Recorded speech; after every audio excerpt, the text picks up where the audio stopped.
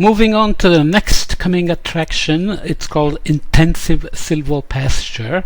We already talked about silvopasture before, where the trees and grazing land are mixed together, which is considered unusual by many ranchers and pastoralists, I suppose. Not pastoralists, but ranchers and people who do livestock raising, but you can see this figure here, and the idea of intensive silvopasture is to just thicken the whole idea of mixing trees and grazing and pick proper fodder plants. One of the ones that is talked a lot about in this book is called Leucaena leucocephala. I don't know exactly how it's pronounced, but it's also referred to as river tamarind, which in fact is an invasive species in some places like Florida, but it's very good fodder and has some special properties like some tannin in it. The content is high enough to protect the protein,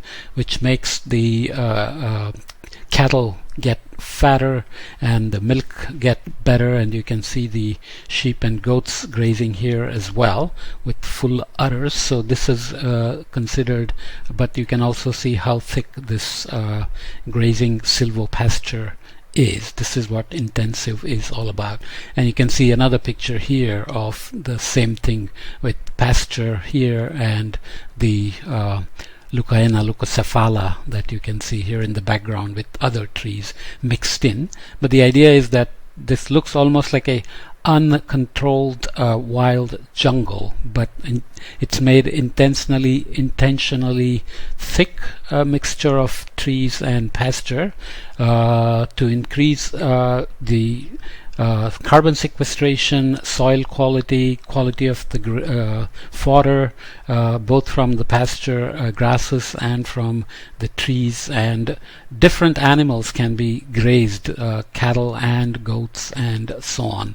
There are lots of places which are practicing this now across the world, and this nice master's thesis here gave me this beautiful table that looks at sequestration rates of land use practices, and our multi-strata system that we talked about before is up here with tons of carbon per hectare per year being some of the highest in terms of the ranges. So here it is different types of analysis done, the drawdown meta-analysis, review of expert estimate, and single studies all mixed together. And the various types of silvopasture are here with livestock and trees mixed in.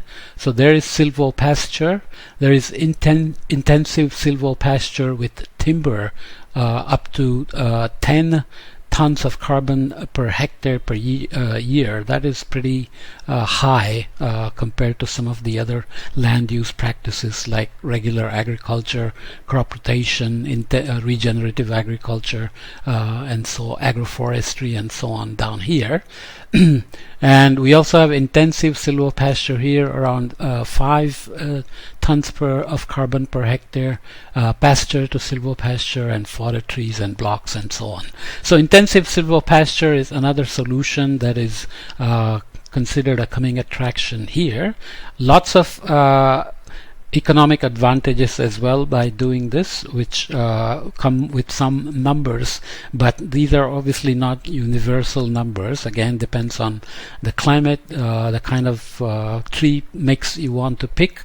As we said, Leucaena leucocephala is invasive species in Florida, so you would have to pick something else if you wanted to do this in Florida. But nonetheless, the practice is being adopted by many cattle ranchers, and it is a good way to sequester additional carbon as well and increase the meat quality and quantity.